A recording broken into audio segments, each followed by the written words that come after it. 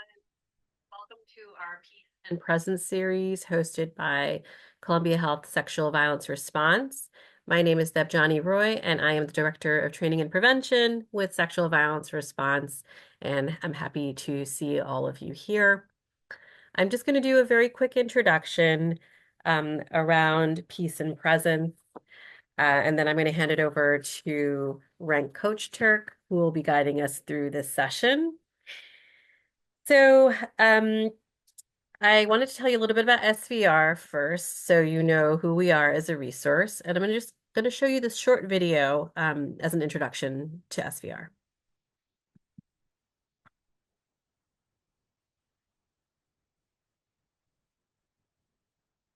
Sexual violence response aims to end gender and power-based violence through collective community action at Columbia and beyond.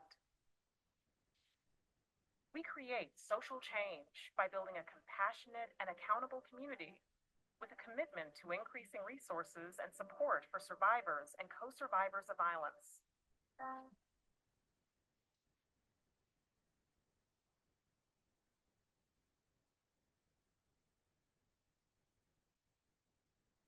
SVR provides trauma-informed, confidential support and prevention programs such as prevention-focused training and education workshops, crisis counseling, intervention, advocacy, connection to resources, online orders of protection, and accompaniment for survivors and co-survivors of violence.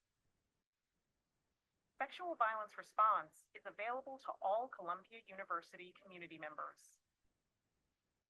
You can call our helpline, available 24/7 at 212-854-4357. Meet with us virtually or in person by emailing svresponse@columbia.edu or calling 212-854-3500. Drop into our offices at the Morningside, Barnard, or CUIMC campuses, and visit our website to organize or register for a workshop, training, or education program.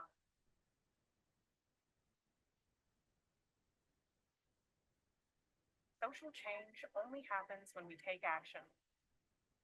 Partner with us to create an accountable, compassionate community at Columbia and beyond.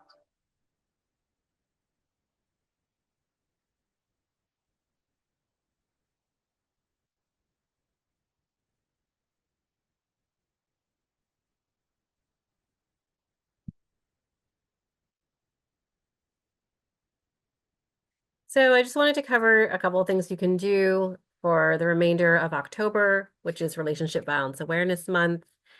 We have these Zoom backgrounds you can use during your Zoom meetings. And we also have one more session as part of the Peace and Presence series coming up next week on November 7th from 6 to 7:30. You can scan this QR code and register directly for the session. Every October, Sexual Violence Response recognizes issues of violence in intimate relationships and the impact they have on all of us.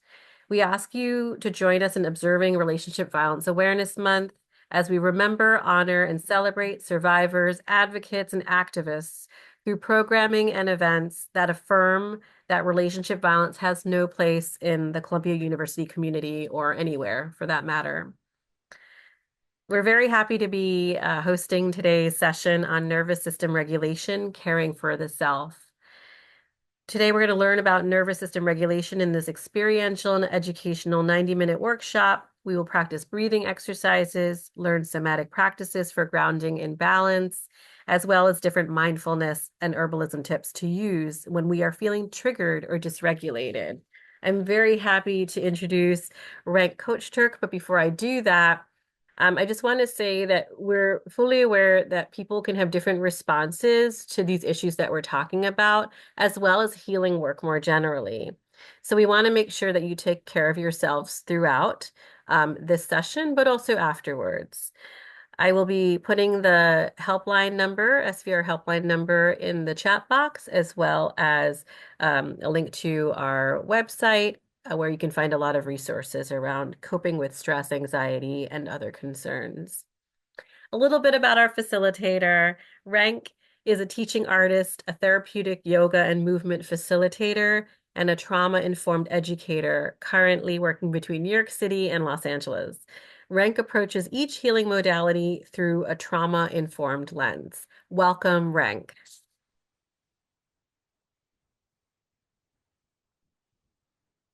Thank you so much for having me. Thank you so much for that introduction. I'm so grateful to be here and really excited to share everything that I have planned for us today.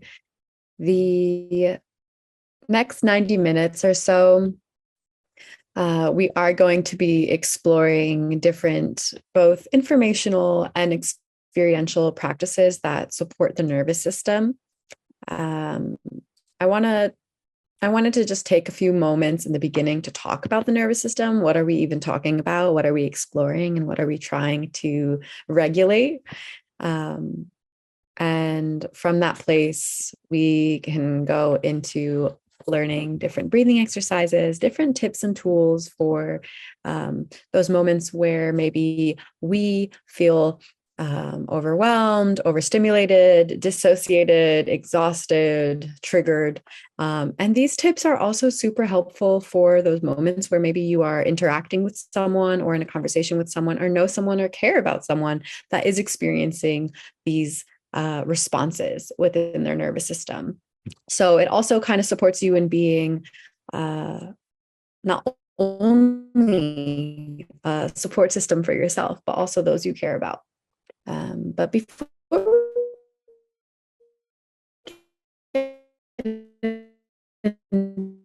that, I thought it could be nice for us to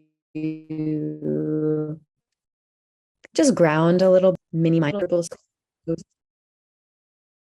Maybe your eyes gently lower down towards the ground, or they just kind of fully close, whatever feels good for you in this moment. And I'm going to invite us to just slowly bring our hands together as if we were in front of a fireplace or like a bonfire. And just bring the palms together, really building the heat in the center of our palms. We're going to do this for 5 more seconds. And at the end of the 5 seconds, place your palms anywhere that wants that heat, love, or just gentle touch. 5, 4, 3, 2, 1. Taking a breath in and a long breath out.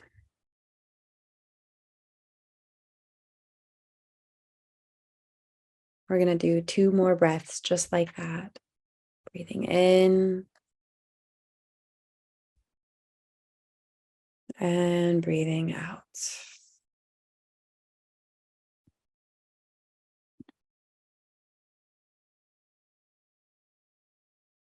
Breathing in and out.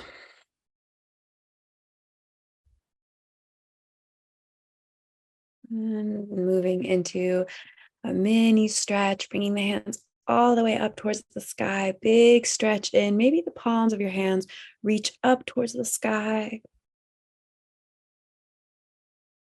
And as you exhale, twist over to one side.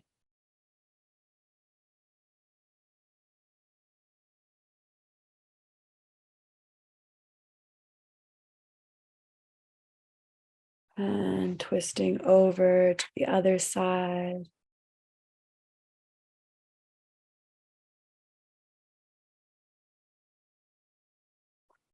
And then gently coming back into the middle. From this place, I just want to invite us to gently notice if we're holding any tension in our jaw. Maybe if you have a free hand, you can gently just kind of massage your jaw right here along the line towards your chin. Welcoming in like a little bit less tension there. Maybe a little bit the same kind of like tapping or gentle releasing of the tension in the forehead. We hold so much in our jaw, in our face, in our shoulders. And that brings me to the next. Let's bring our hands to the shoulders and just kind of give yourself a gentle little squeeze here in the shoulder. Maybe one at a time. Other one.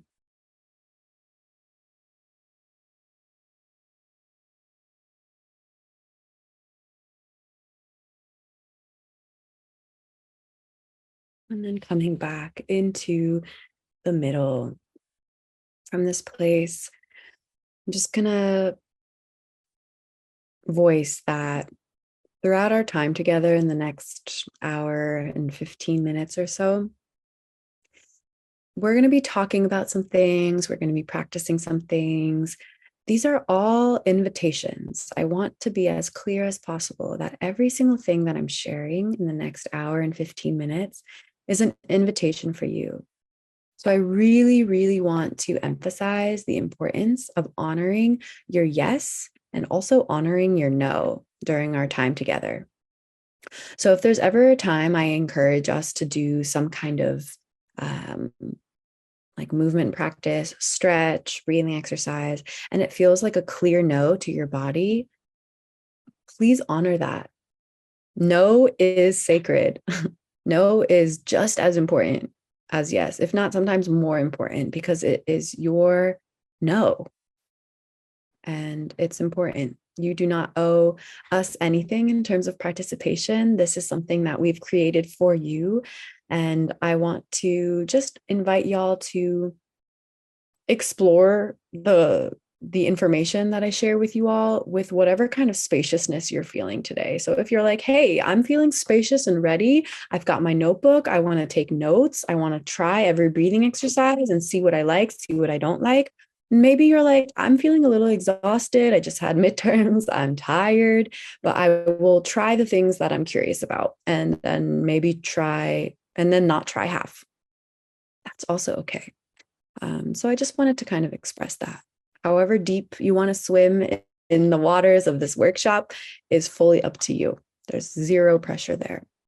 And so with that being said, I guess I'm curious if y'all wanted to share in the chat. I would love to hear if there's anything specifically that you are curious about exploring around nervous system regulation.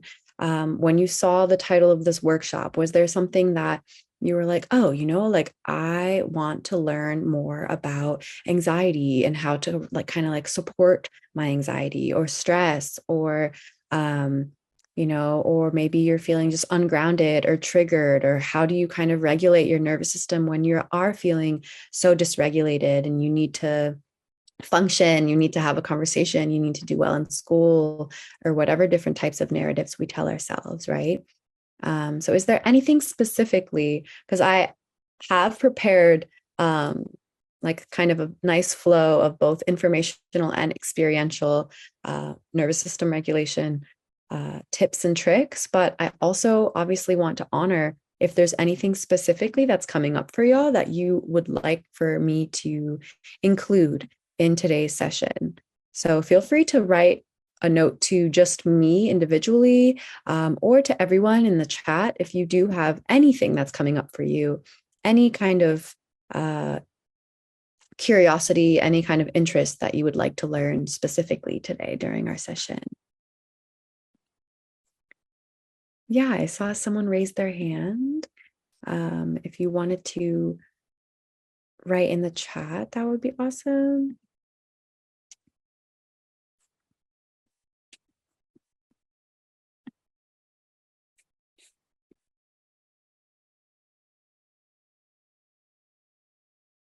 I'm going to give folks maybe just another 30 seconds or a minute to write in the chat in case they're curious about something today specifically.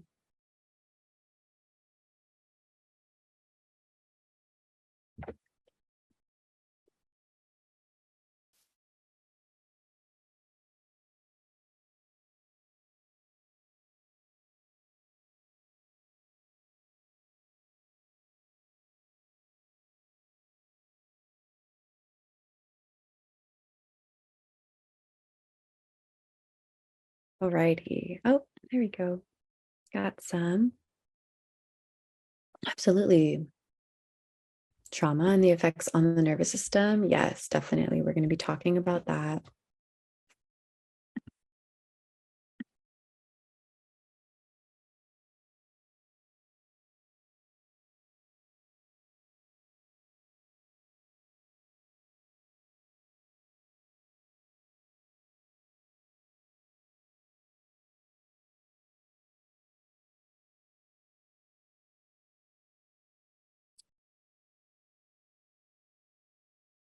Righty.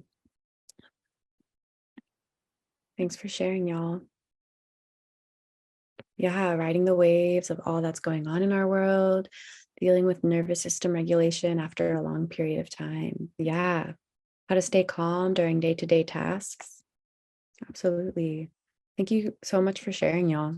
This is so important for me because I feel like, this is something that should feel a little collaborative. It's something that I want to co-create with you guys.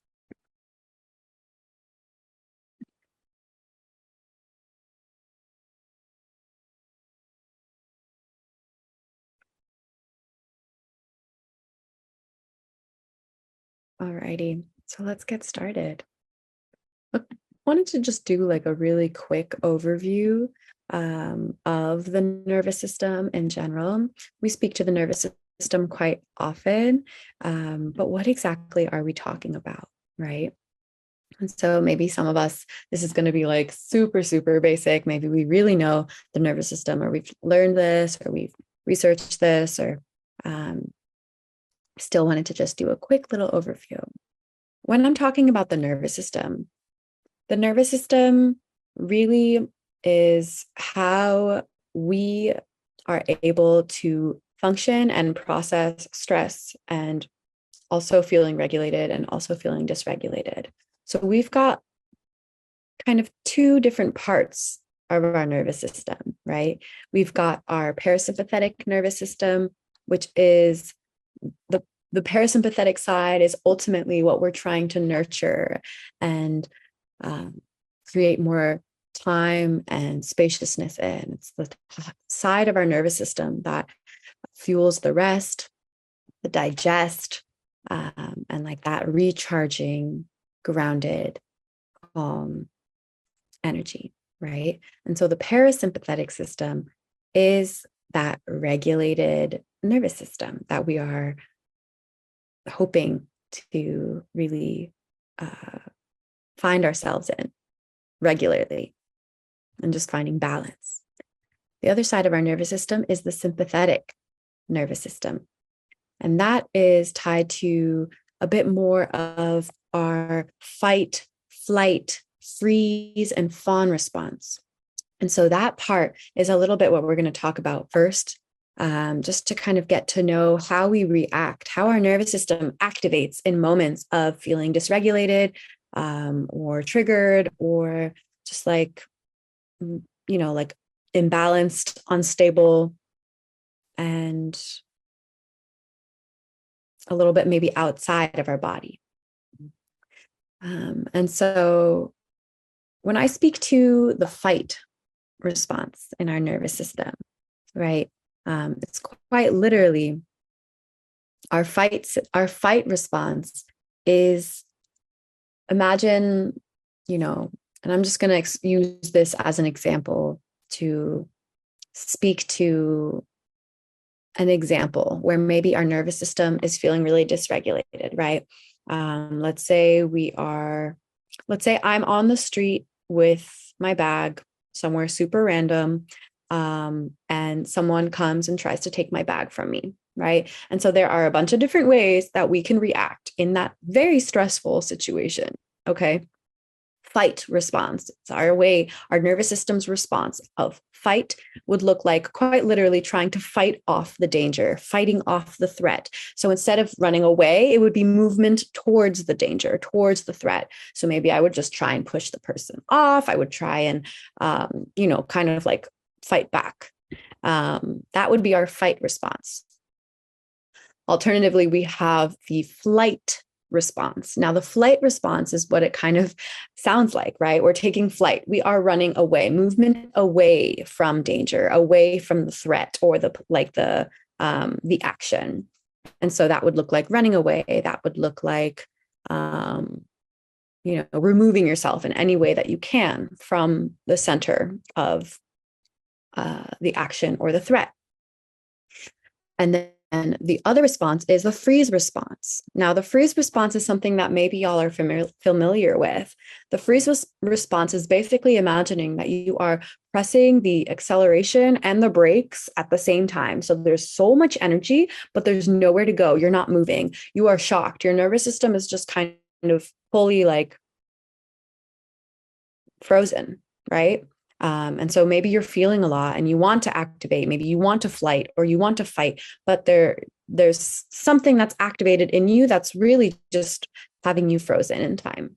So that would be a freeze response, which in a lot of ways, mindfulness and different practices around nervous system regulation can support us in not unconsciously moving into the freeze response, both during actual threats and also perceived threats, because that's another thing we're going to talk a little bit about today, where sometimes when we're triggered, it is absolutely valid and you need to find ways to protect yourself and, either remove yourself from the situation or regulate yourself. And then other times, the trigger is actually a perceived threat. And so in that scenario, using different mindfulness resources can bring you back into your body, back into a regulated place right here, right now, right? And so sometimes the freeze mode can be something that we turn into as our nervous system response in a perceived threat, because maybe we hear a sound and we get triggered and all of a sudden we're frozen. And so how can you bring yourself back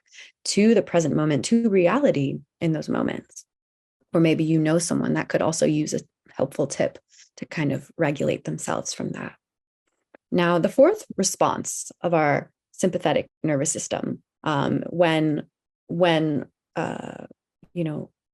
being approached by a threat or some kind of danger, is a relatively newly researched response, and that is the fawn response.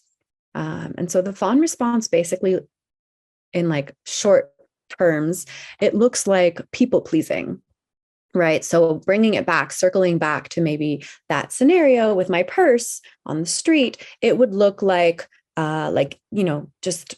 just giving my purse, being like, please take it, here, take this too, right? And so people pleasing as a way and a hope to end or avoid or just kind of move on from any kind of action, threat, or danger. And so ultimately we've got fight, flight, freeze, and fawn response. And those are the four main ways that we respond when we're a little dysregulated in our nervous system. And so those are I just wanted to quickly run over that. And then when we bring it back to mindfulness, right? Mindfulness is something that can support us in coming back into that part of our nervous system that we want to find balance in. So it's that part of the parasympathetic nervous system. So even when you are experiencing danger, or maybe you've at this point in our lifetime, we are perceiving a lot of danger and threat via even just what we're receiving, input from our phones, from our televisions, from the news, from stories, from our community. And so it's important for us to be able to self-resource and also resource the community in these ways so that we're not stuck in our fight, flight, freeze, or fawn response. One of the biggest ways that we can access and show up for that part of our nervous system that we want to regulate is breath. And I know that sounds cheesy or duh, but breath is the portal. It is the doorway into that part of our nervous system. Without breath, it might feel a little forced to try and bring ourselves into that place. And so breath is the key to that doorway. And so we are going to learn a few different breathing exercises. But before we even get into that, I want to talk about breath. So a lot of times there's this misconception that, taking a deep breath in is relaxing, right? So if you've ever had like a moment where you're like, oh, I need a breath, maybe you go, right? You like focus on this really long, big inhale, and then you just go. And so that's one thing that we could actually revisit, because the inhale is actually something that brings energy into our nervous system, being like, hey, get ready. There's something, get ready, right? And so when we are inhaling really big, our body's almost in like preparation. Like, are we running? Are we fighting? Are we like afraid? Are we good? Are we going to laugh? Like, what's going to happen, right? But the exhale is actually what we want to focus on. So the exhale is, the longer the exhale, the louder the message to the nervous system that you are okay to unclench, you are okay to relax, you are okay to breathe. So next time you notice yourself really maybe feeling a little anxious, one of the biggest, simplest ways that you can regulate your nervous system is by focusing on really long, extended exhales. So if you'd like to join me, I'm going to just invite us to do 3 breaths like that. Really just breathing in. And sometimes it helps to breathe out through the mouth. So if that feels supportive, taking a deep breath in through the nose and a long exhale out.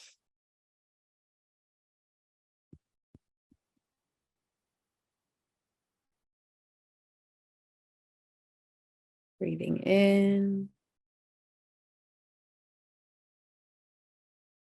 and breathing out.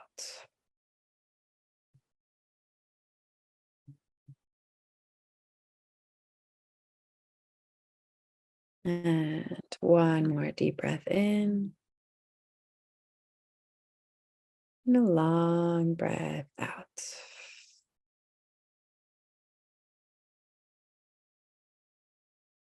And so those were just some simple breaths. Something that I also wanted to just mention, if anyone in group has ever experienced a panic attack or knows someone that does, this is also a very helpful tip. This is kind of, you can even call it like a panic attack breath, like breathing exercise to support calming down during like a panic attack coming on. But a lot of times when we are experiencing a panic attack, or maybe we are crying and it starts to kind of like spiral us out, right? When we're crying, we tend to cry and breathe like this, right? Right. And so there's a lot of inhale. There's a lot of like fast inhaling when we're crying and we're trying to catch our breath. And also when we are starting to maybe panic more and more, maybe got like leading into a panic attack, the breath also starts to do that. Right. And so again, very, very similar to what we just did. We want to imagine that you're like going to whistle. So you kind of like, pucker your lips as if you were going to whistle. You take a deep breath in through the nose and the longest breath you can out through the mouth.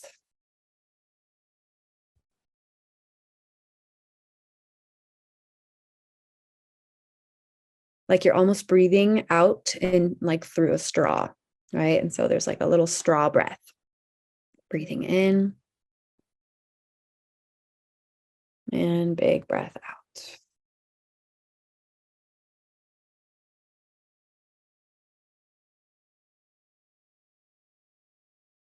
One more just like that.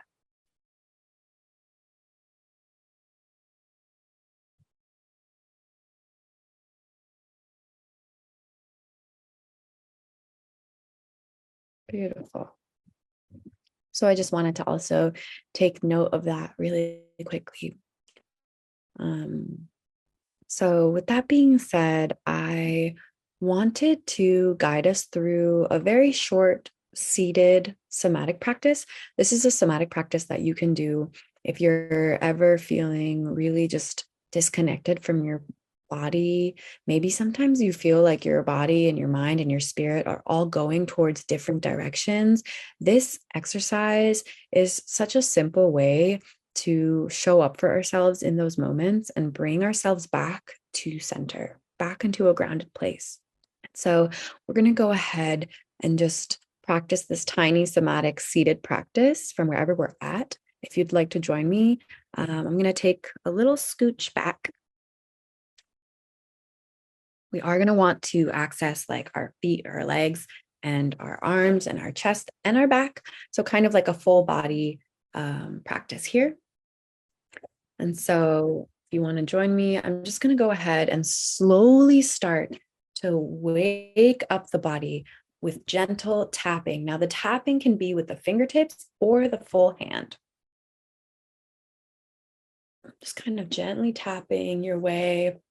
Notice if there are places in the body that you are. I'm just noticing that the poster behind me sometimes pops out. So I hope that doesn't shock y'all. And so now we are tapping, tapping, tapping our arm and moving across the chest to the other arm.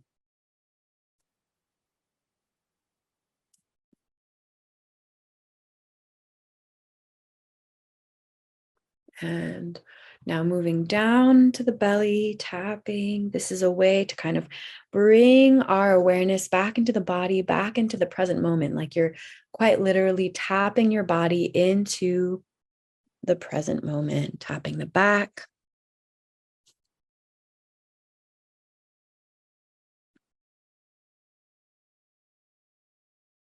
And all the way down, one leg at a time, getting behind the knee, the foot. And when you're ready, moving over, still tapping that second leg. Noticing your breath throughout, maybe taking a big breath in and a big breath out. And then moving up into the throat.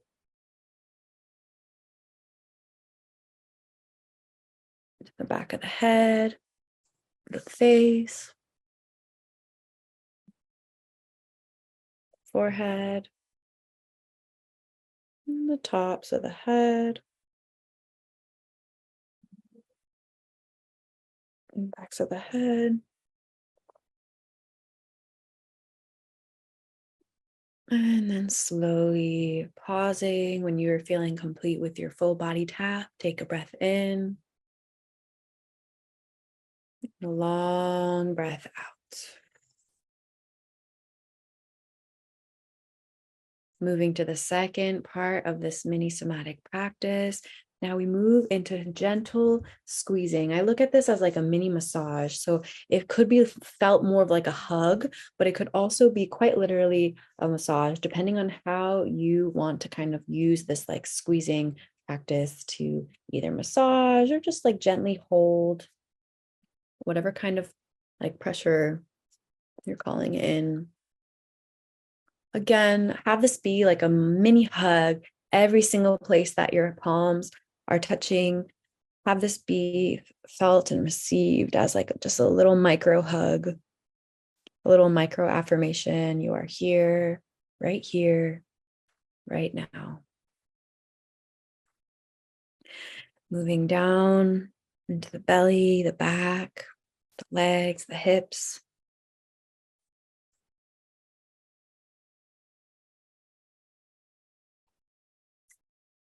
The feet.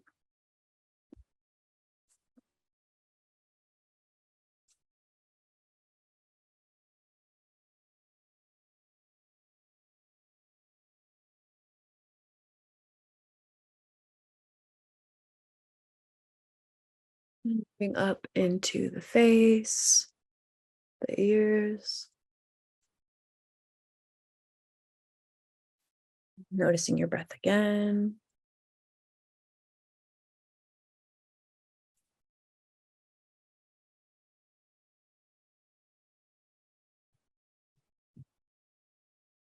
And slowly finishing off with the hands on the heart, taking a breath in and a long breath out.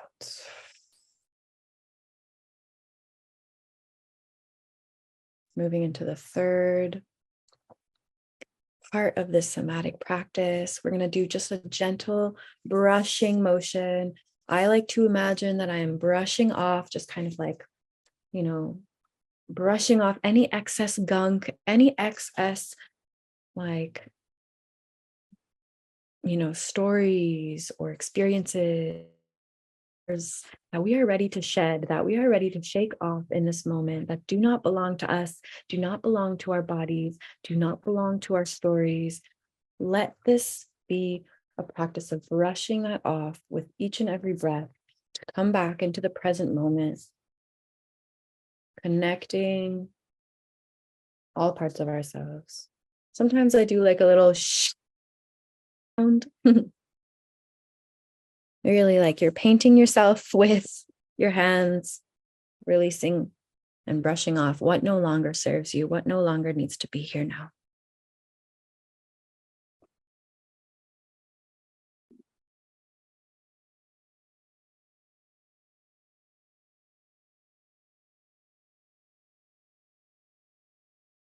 Moving our way up.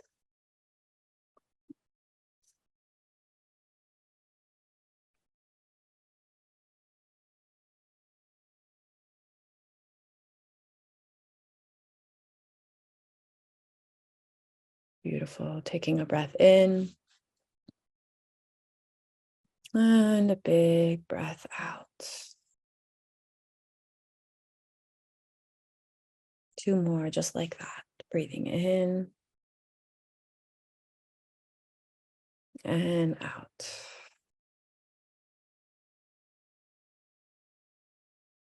Last breath.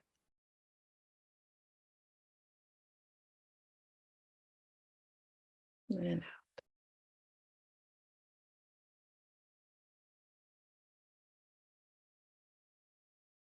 And slowly blinking our eyes open if they're closed.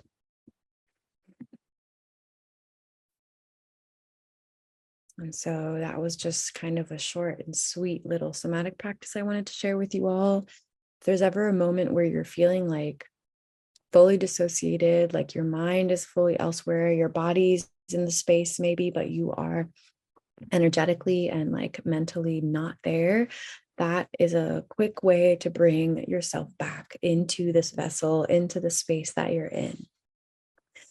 And so I'm going to just go over it really quick. If you did want to take a quick note, it starts with tapping, full body tap, scan, and then gentle squeeze or hug or massage into brushing.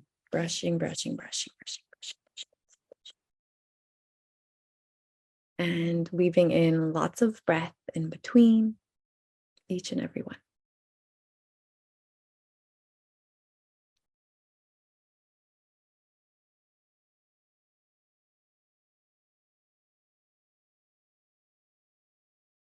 So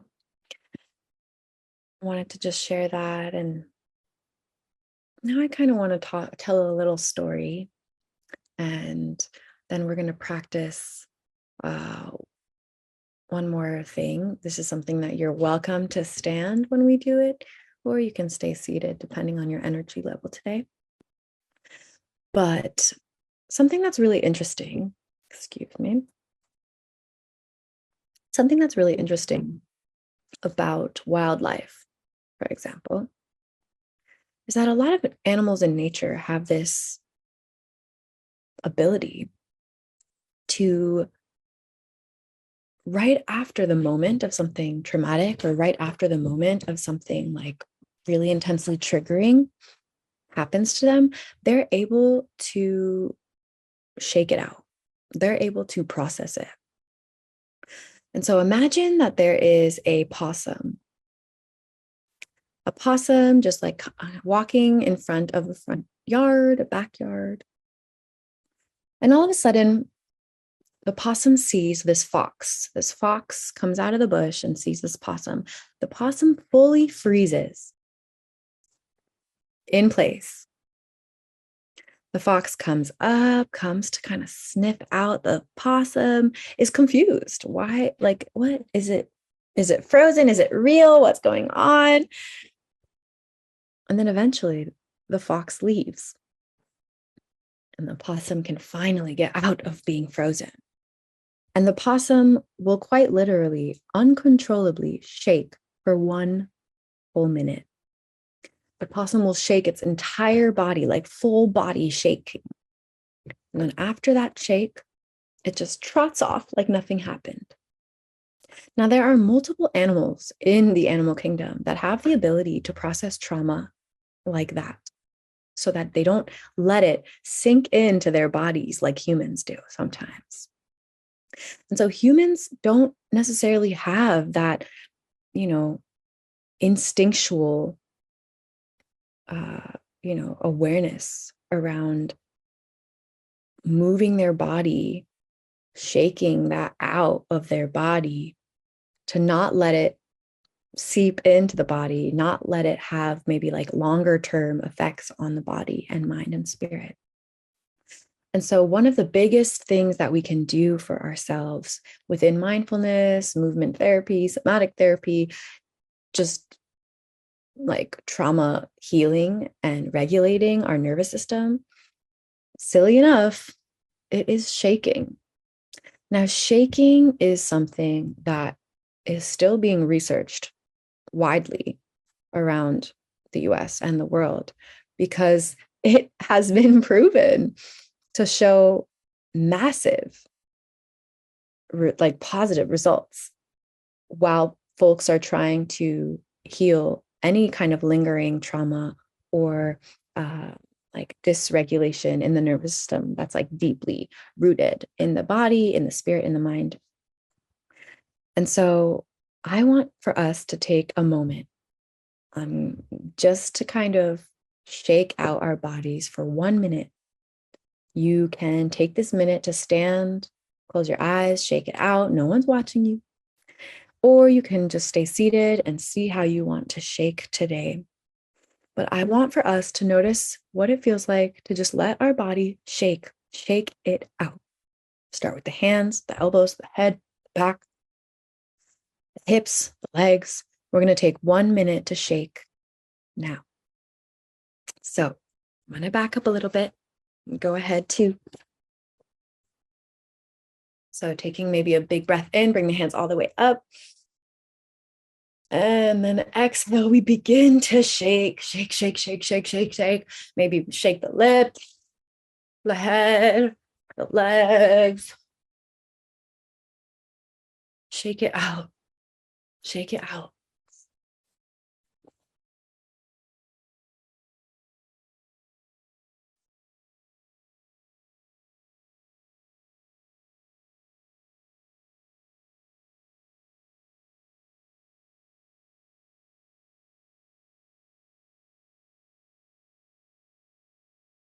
Just another 20 seconds.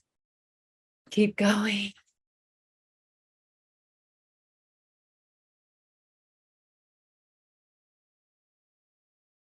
And 5, 4, 3, 2, 1. Finding your place. Maybe one hand on your belly, one hand on your heart. Take a breath in. And take a breath out.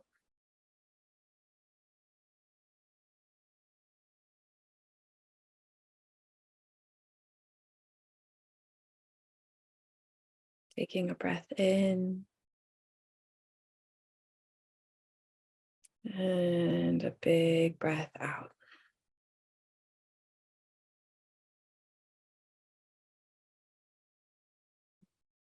And one more big breath. A long breath out.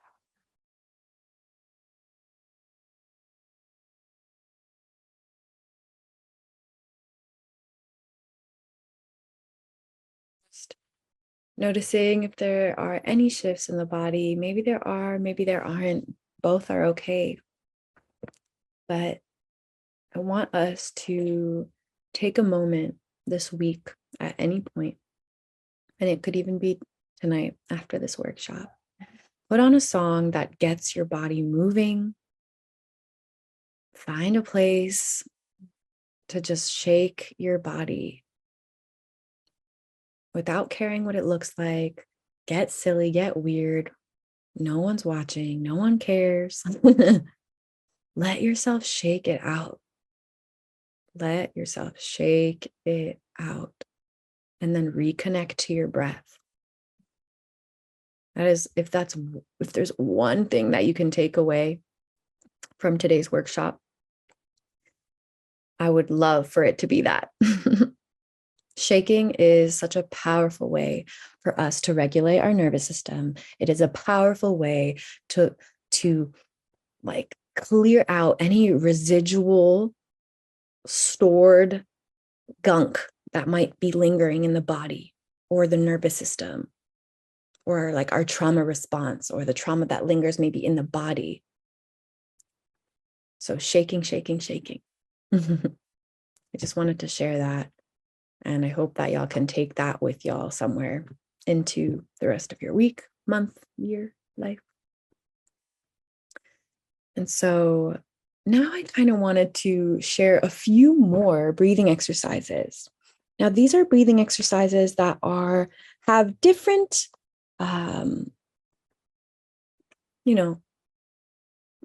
different breathing exercises really support different things. But ultimately, there's like a universal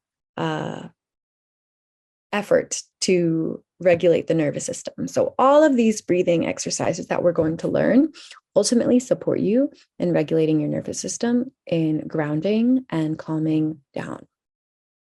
So we're going to start with one that maybe some of y'all folks in here have learned before. If you have ever done a workshop with me, it's very possible that we've learned it together before. This is the 5, 4, 3, 2, 1 method.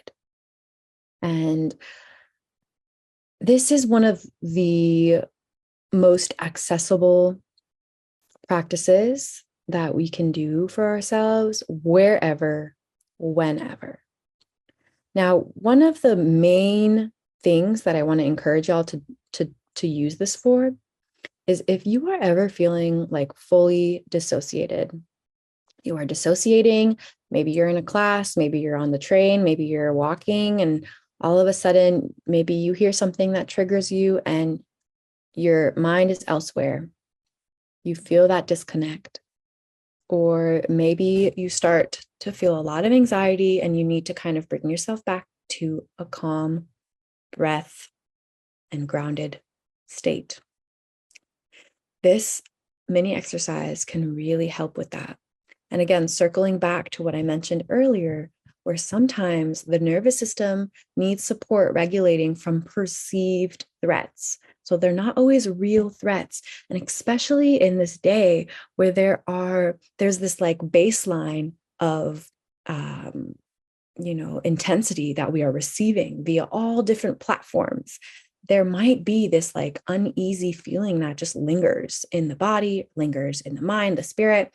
And so this is something that can really just support you in coming back into the present moment, coming back into your current reality. If you start to spiral a little bit too much, or if you start to feel way too disconnected to the present moment. And so 5, 4, 3, 2, 1. When I say that, I mean that we are going to be using our senses to tap into our surroundings, quite literally. So, for example, let's practice it together. I'm going to take a breath in and a big breath out. And now, using your sense of vision, I want you to notice 5 things in your space that you can see. And in your mind, list off the 5 things that you see.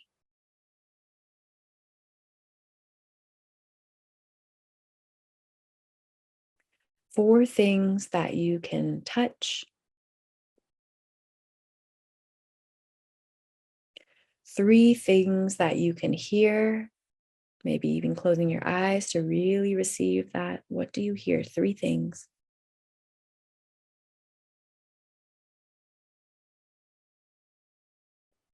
2 things you can smell. If there's anything around you for you to smell, you can smell. If not, you can just smell your hands, smell your clothes, take a breath.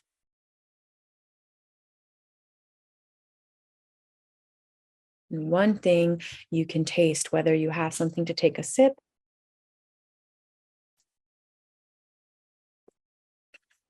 Sometimes when you're feeling extra triggered, you do not want to think about the sense of taste. So in that scenario, using that last one to check in with 1 emotion that you're feeling.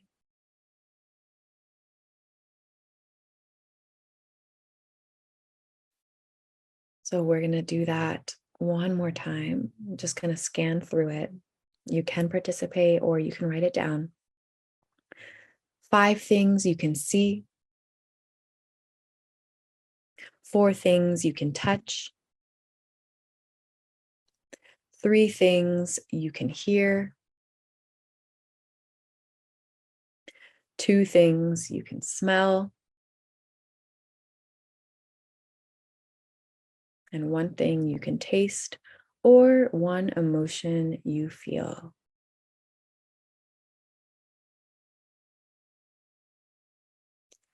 That is a really beautiful exercise to bring yourself back to reality.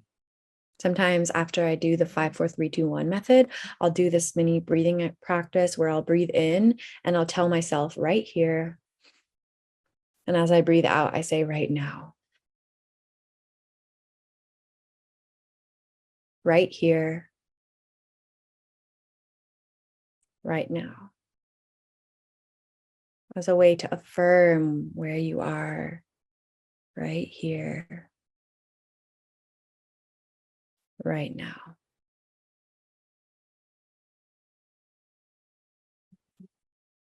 And opening your eyes if they're closed.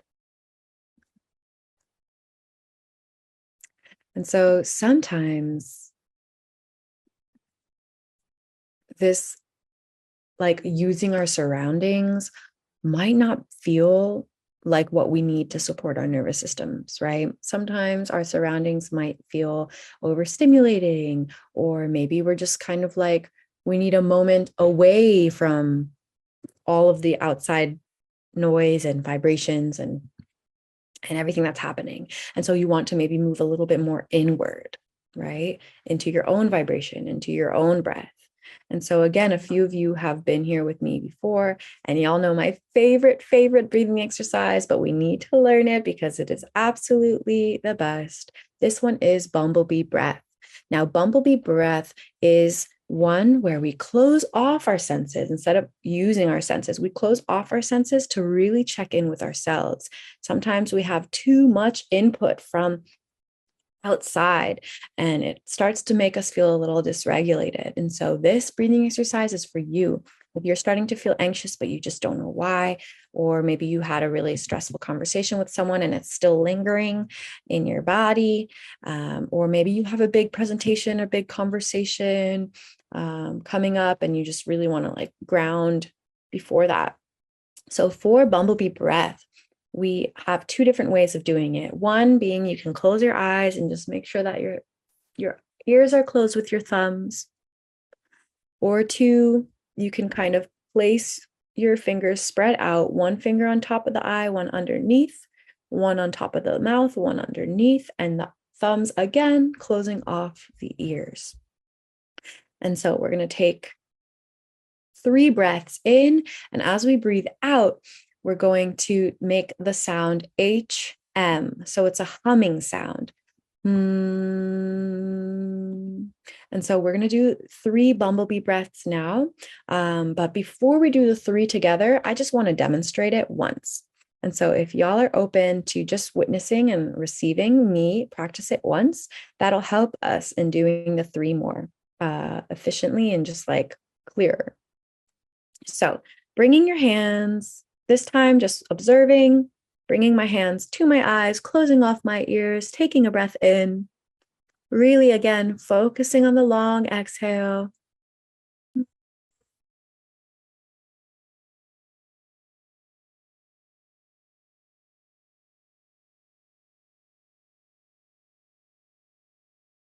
And opening. Now this time, let's do it 3 times together, bringing our hands to the eyes, closing off our ears, and taking 3 really long breaths in, really long breaths out. Breathing in.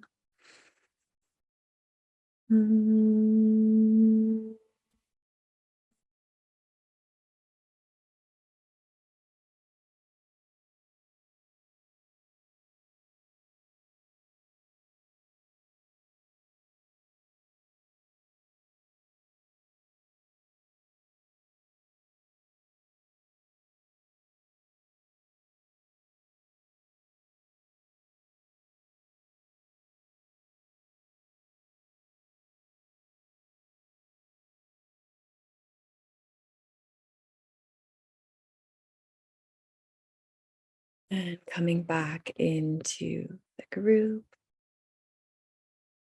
taking maybe a big breath in, a big stretch.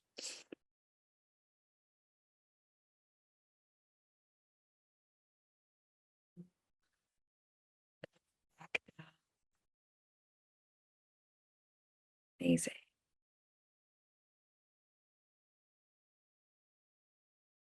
And so that was Bumblebee Breath, one of my absolute favorites. Something I've noticed about Bumblebee Breath is that I can really depend on it as a breathing exercise that will really support my nervous system and calming down with just a few breaths. Like, even if it's just a few notches calmer, it's still a few notches calmer with a few breaths. And so I just highly recommend y'all practice the Bumblebee Breath this week so that you can add it to your toolkit. Sometimes I feel like in these types of workshops, we're curious, we learn, we listen, and then we don't really practice anything that we've learned until maybe there's a moment that we need it, right? But I don't know if y'all can relate to this, but I genuinely think that sometimes it's more challenging to remember the mindfulness practices or the breathing exercises when we're feeling dysregulated. We're like, oh, what was the 5, 4, 3, 2, 1, or how did you do the bumblebee breath again, right? And so instead of waiting for a moment where you're feeling dysregulated or triggered to practice these breathing exercises, practice them when you're just hanging out. Practice them when you're feeling pretty content. That way, you are building muscle memory around these breathing exercises so that you can access them when you're feeling overstimulated or triggered or dysregulated, right? So that it's easier for you to access them in your mind instead of like trying to remember. And so I'm just going to encourage y'all to both do the bumblebee breath and the 5, 4, 3, 2, 1. Yeah, so you are supposed to hear the humming louder when you close your ear. And so that humming, the sound, that's also why it's called bumblebee breath. But it is actually, I don't know if any of y'all have ever heard of the sound Om. So that is tied to this universal vibration, this calming frequency. And so that is kind of what we are inviting into our body, this like calming, nurturing vibration that's reminding you that it's okay to relax, that it's okay to ground. And so yeah, in the past I've noticed some people don't love hearing that in their mind as loud. And so you can even open your ears. You don't need to close them to do it. But sometimes it helps. It's like a reset with with your vibration and like your energy, right? Good questions. It reminds me of a yawn. Yeah. It feels kind of relaxing in that way. And so I wanted to teach just one more kind of simple breath. I'll teach you guys one more towards the end, but this one is another breathing exercise that you can do at any point. at any point in your practice, this, like at any point in your day, any point in your practice, any point like in your life where maybe you're feeling dysregulated or calm, or maybe you're on the subway, maybe you're on the way to class, maybe you're about to take an exam, maybe something's, you're just feeling a little nervous about something. It's called take 5 breath. And so I'm going to do it in a little bit more of an exaggerated way. But when you're like on the metro, for example, you can just place your palm on your lap and trace your finger that way. When you're at a table at school, just place your palm on the ground or on the table and you can trace your hand that way. But just to teach y'all now, I'm going to show you in a little bit more of like a high fivey way. And this is something that you can also practice this way. But if you'd like to join me, I'm always, encouraging y'all to really like try on the breathing exercises instead of just listening to them so that we can slowly start to build body memory and muscle memory around these resources. So for the take 5 breath, we're going to take one finger from the other hand and very slowly, very, very slowly focus on breathing in as we trace up and breathing out as we trace down. Breathing in and out.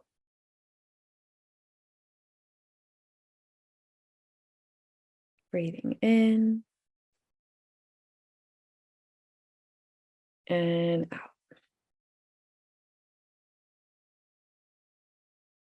Breathing in and out.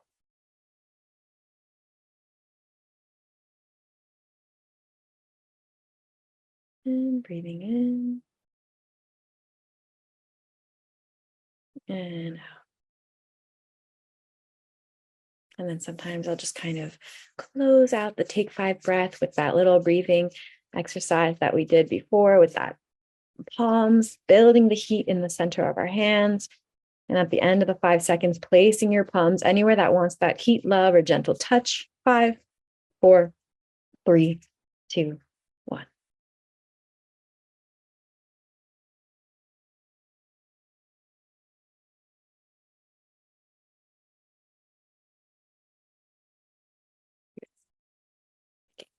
In and a big breath out.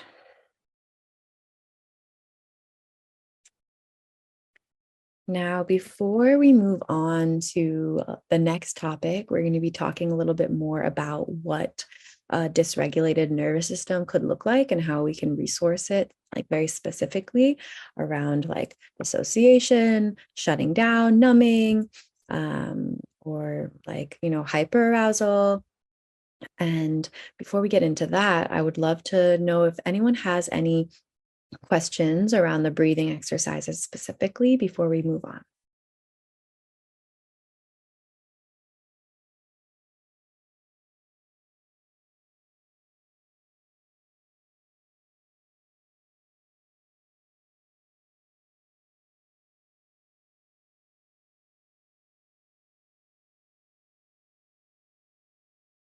Yes, I can type in the chat the types of breathing exercises I showed. I probably have.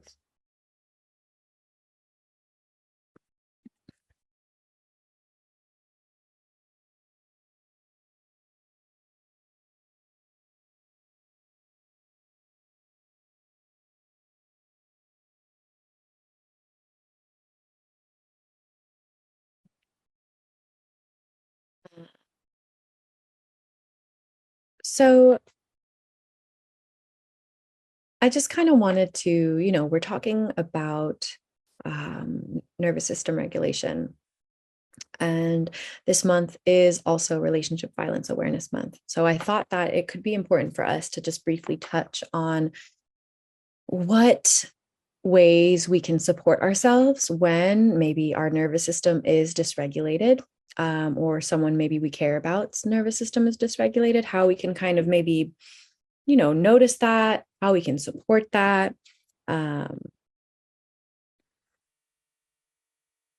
The somatic tapping one, I'm not sure if there are specific videos around that practice. I do know that this practice today is being recorded. And so I believe if you wanted access to this recording, you could receive that if you reach out to the Sexual Violence Response Center. I believe we can ask Debjani at the end too. But something that I wanted to just briefly touch on is it's important for us to notice when we or the person that we are in communication with or sharing space with might be feeling dysregulated. And so, you know, one of my mentors and teachers once told me something that sticks with me to this day. And it is, if it is hysterical, it's historical. I'm going to say that again. If it's hysterical, it's historical.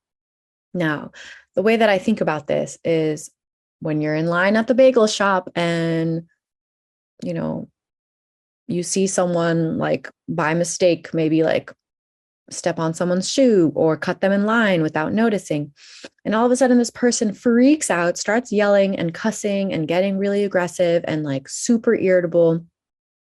And all of a sudden, you're like, whoa, like it's literally just like they just cut you in line for a second at the bagel shop, and maybe you're like, it's really not that big of a deal. What's going on?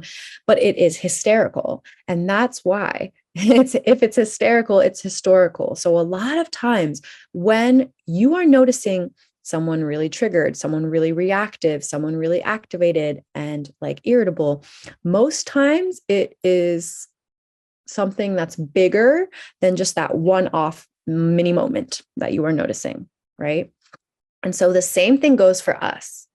And so if there's ever a time where you are in a conversation and you're feeling super dysregulated, maybe you're crying, you're shaking, you're feeling really angry, frustrated, you can't actually communicate what you want to communicate, or you can't speak to your boundaries or your needs because you're just like, I'm not in the headspace to communicate right now. I'm feeling emotional. I'm feeling overwhelmed. I'm feeling like just angry because everything's coming up and I don't know how to put it to words yet.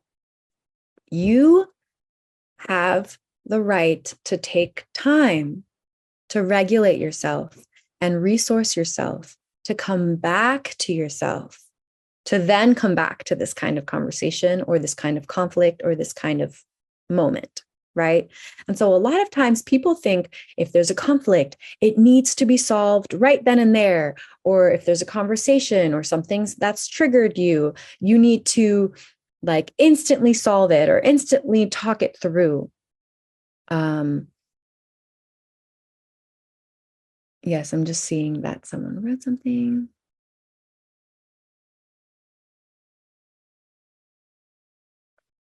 Yeah, the hysterical is historical is one way of us just recognizing when someone's trauma response is responding and not necessarily like, like, oh, they're just like a really intense person, right? Maybe this is just something that's like bigger than just cutting them in the bagel shop. So yeah, exactly.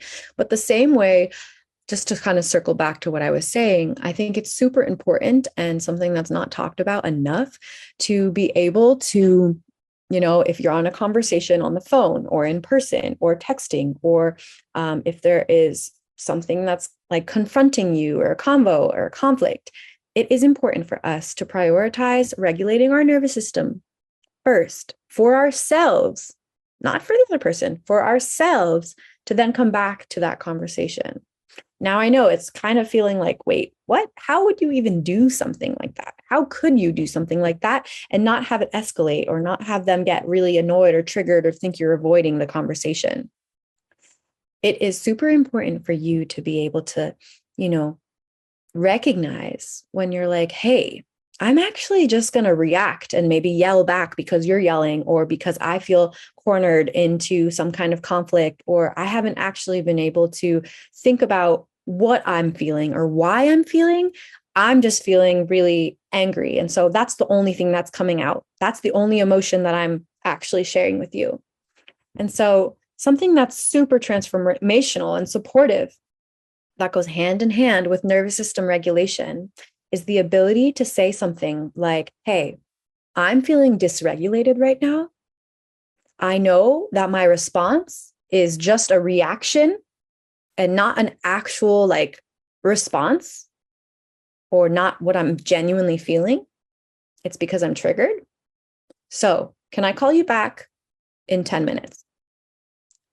Can we have this conversation in 10 minutes? I need to just go for a short walk, or I need to just listen to music and ground for a second.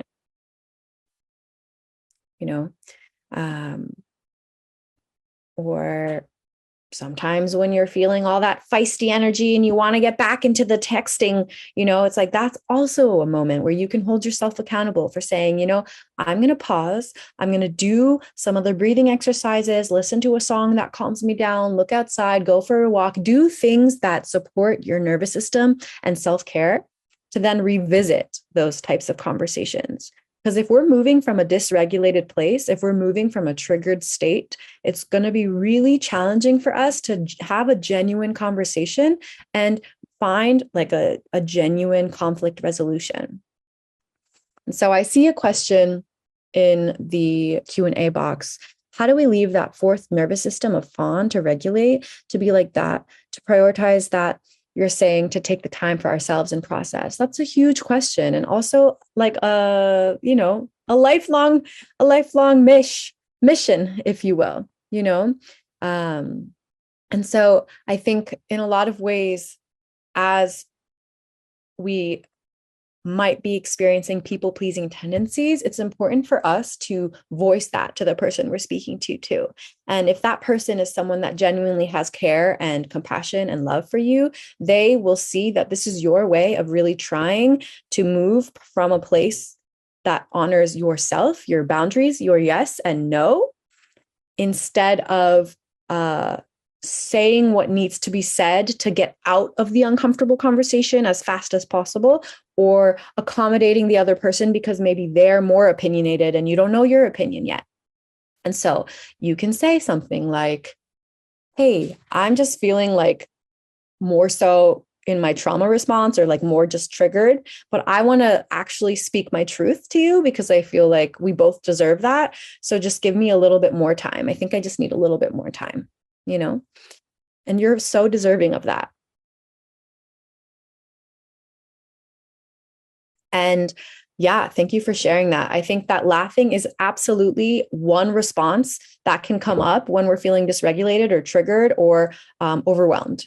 And so that's just very normal. And I think that you can, have a lot of compassion for yourself in that scenario if it's something that's coming up for you, and also if the person in front of you is someone you feel safe enough to say something like, hey, sometimes when I'm like really nervous and like uncomfortable, I laugh, but it's not a reflection of like how much I'm taking this conversation seriously. It's just kind of maybe like a coping mechanism that I've acquired, and it's not personal.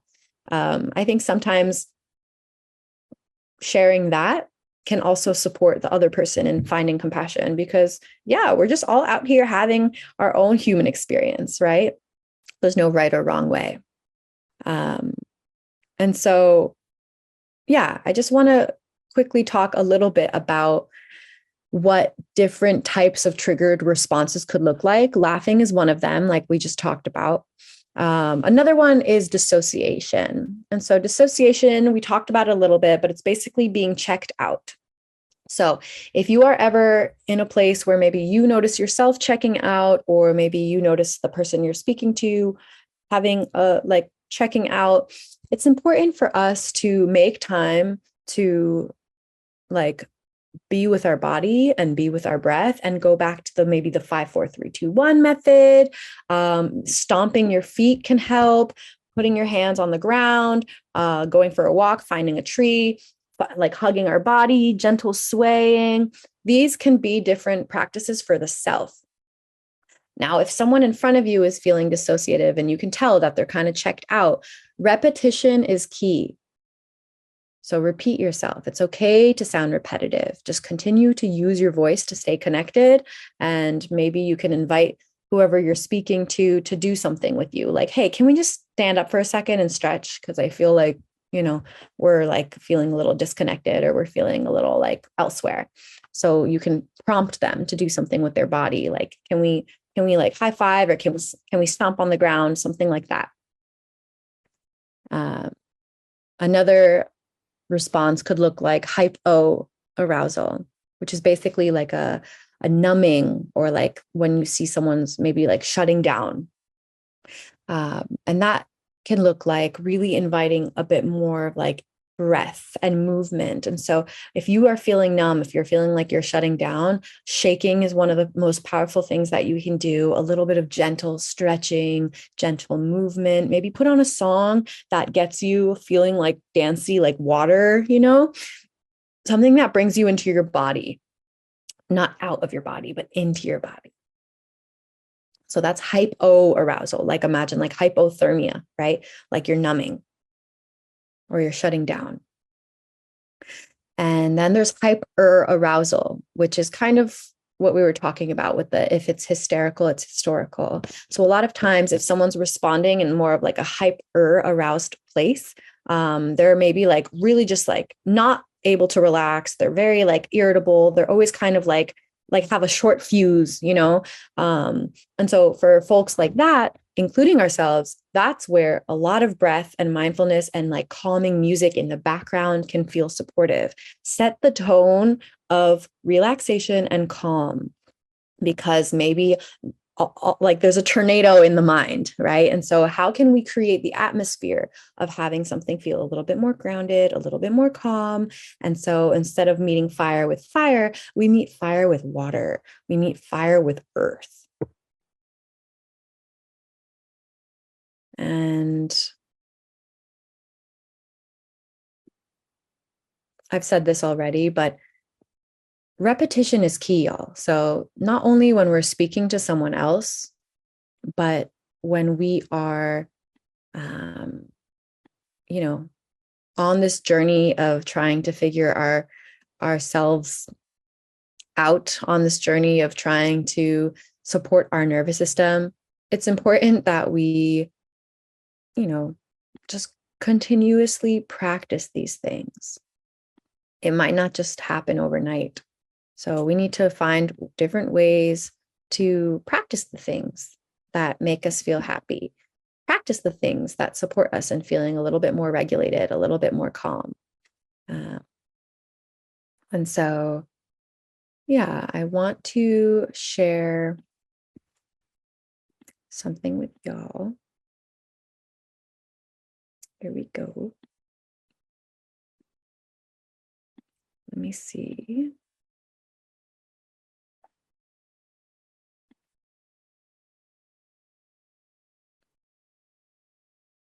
So the last little thing that I wanted to also share, this isn't necessarily the very last thing, but I wanted to share with y'all some herbs that can also be really, really supportive for the nervous system and also anxiety.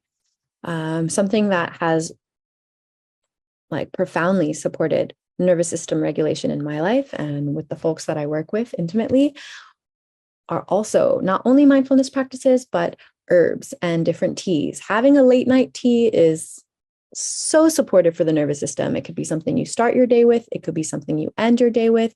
It can be taken as tinctures or infused in honey, tea, whatever you want. Most of these are pretty easily found. If you are located in New York, there are different herb shops all around New York. One of my absolute favorite is Flower Power. There's also a really incredible Sacred Vibes Apothecary that is in Brooklyn. So Tulsi, lavender, chamomile, lemon balm, passion flower, St. John's wort, ashwagandha, valerian root, kava, and skullcap are all herbs that I would highly recommend for nervous system regulation. If you are interested in trying any of these herbs, I strongly suggest you do your own research on it before you try, because they're all a little different. For example, valerian root, the third from the bottom, that's a little bit better if you're having like insomnia problems or if you're having like a hard time sleeping at night. St. John's wort is really incredible if you are not on antidepressants. If you are on antidepressants, you don't want to be on St. John's wort. But St. John's wort is basically like nature's antidepressant, if had as like a tea every now and then. But again, please do your research because it's important for you to know what works for you. These are very just general invitations and tips on herbs that I've loved working with. Lavender and chamomile and tulsi, those are three pretty solid anchors that are gentle, that are soft. You can just have a nighttime tea with these herbs and it can feel like a sweet, gentle hug and reset for the nervous system going into the evening, into your next day. And so feel free to kind of screenshot this little thing right here before I stop sharing my screen.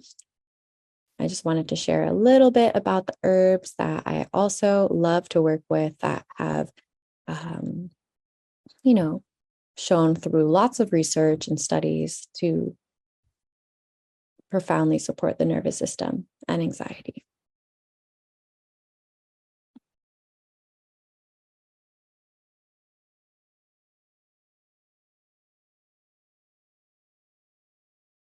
I love that. Yeah, incorporating herbs with bubble baths. I love that. Lavender, absolutely. Rose.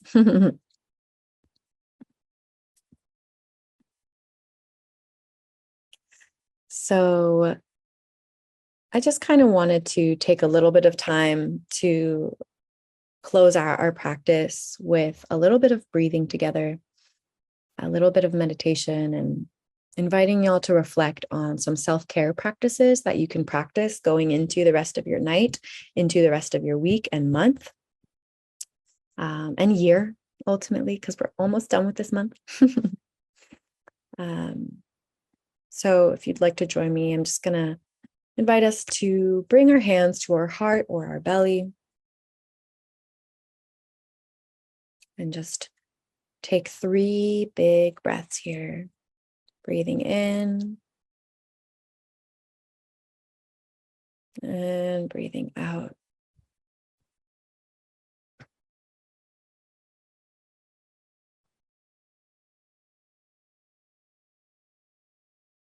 And 2 more breaths in and out.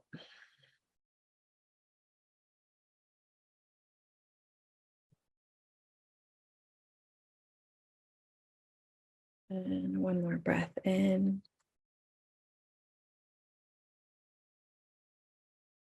And a long breath out.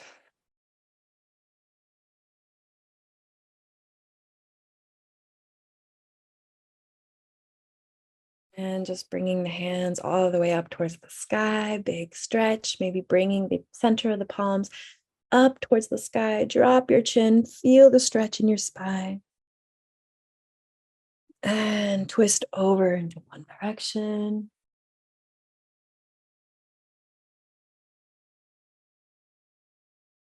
And twisting in the other direction.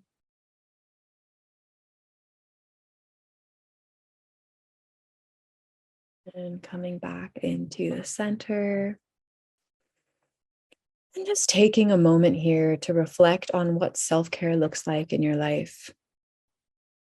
What are some self-care practices that you do? What are some self-care practices that you want to try? In what ways can we incorporate self-care and mindfulness to really support our nervous system in regulating and recharging and finding different times throughout our year, our life, our week to show up for ourselves? It takes breath, it takes care, it takes moments of compassion and stillness. And so I'm just encouraging y'all and inviting y'all to reflect a little bit on self-care for yourselves, what that looks like, what you want that to look like. How can we do one act of self-care for ourselves tonight after this session? What is one thing that we can do for ourselves after this session?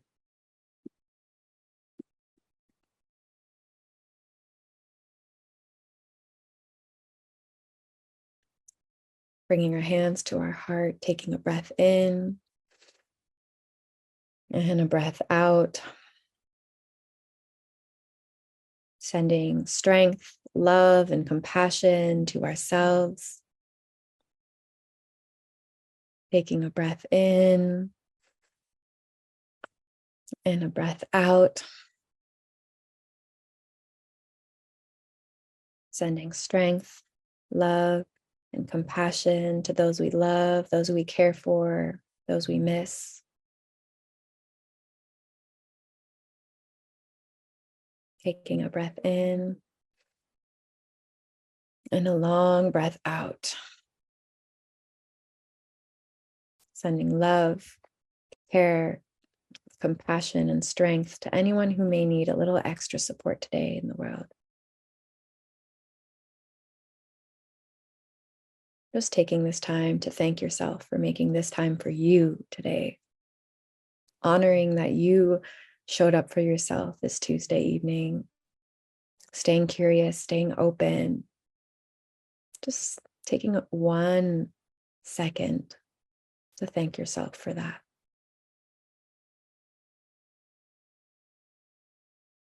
Taking one big final breath in to close out our session. Breath in.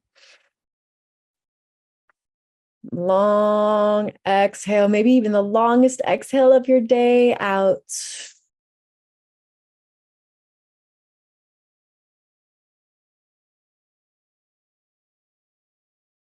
Thank you, thank you, thank you. Thank you for your trust and your openness and learning and practicing and asking questions. Thank you so much, Columbia Health and Sexual Violence Response Team, for having me. Feel free to check out the quick evaluation link in the chat. That really supports us in making sure that y'all receive the best of the best programming from us. Thank you so much. And I hope that you show up for yourselves with tenderness and care and self-love this evening. Thank you so much for being here. Have a beautiful rest of your night.